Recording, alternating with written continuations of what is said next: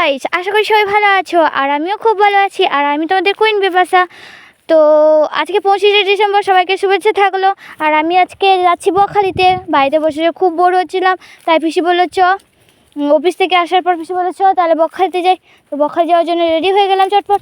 আর আমাকে কথা যদি বলে যে ঘুরতে যাওয়ার কথা, আমি ফার্স্ট চটাপট রেডি হয়ে যাই, কারণ আমার ঘুরতে যেতে খুবই ভালো লাগে। আর এখানে জেঠিঘাট আছে, জেঠিঘাটে টোটোয় করেই আমরা যাবো। তো টোটোয় উঠে পড়েছি।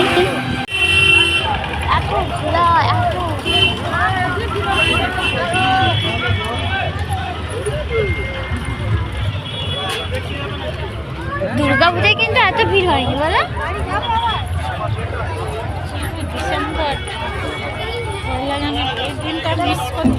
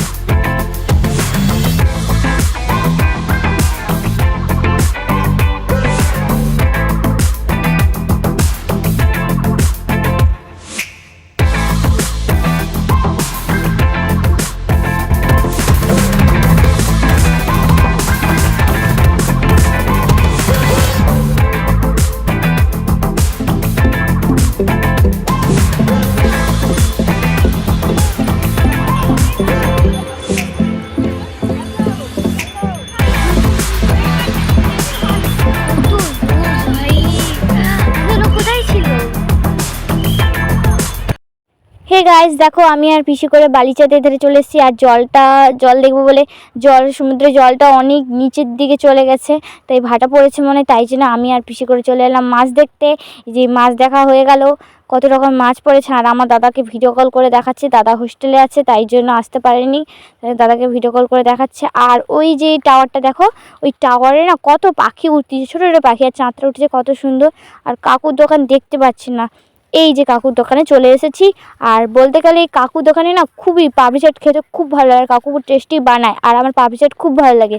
তো এত দোকানের মাঝেও এই কাকুটার দোকানে আমরা পাপড়ি চাট খাই, পাপড়ি চাটটা খুব ভালো লাগে। তো পাপড়ি চাট খাওয়ার পর আমি আর পিসি করে বেরিয়ে পড়লাম আবার ঘর যাব বলে। এই দেখো কত কিছু খাবার তিলের নাড়ু দিয়ে তৈরি করা আছে, চালের কি, তারপরে বাদাম দিয়ে তৈরি করা আছে। আর এখান থেকে আমি আর বেশি করে সম্পাবটি নিয়েছি, বাবা আর মা যেহেতু বাড়িতে আছে নিয়েছি।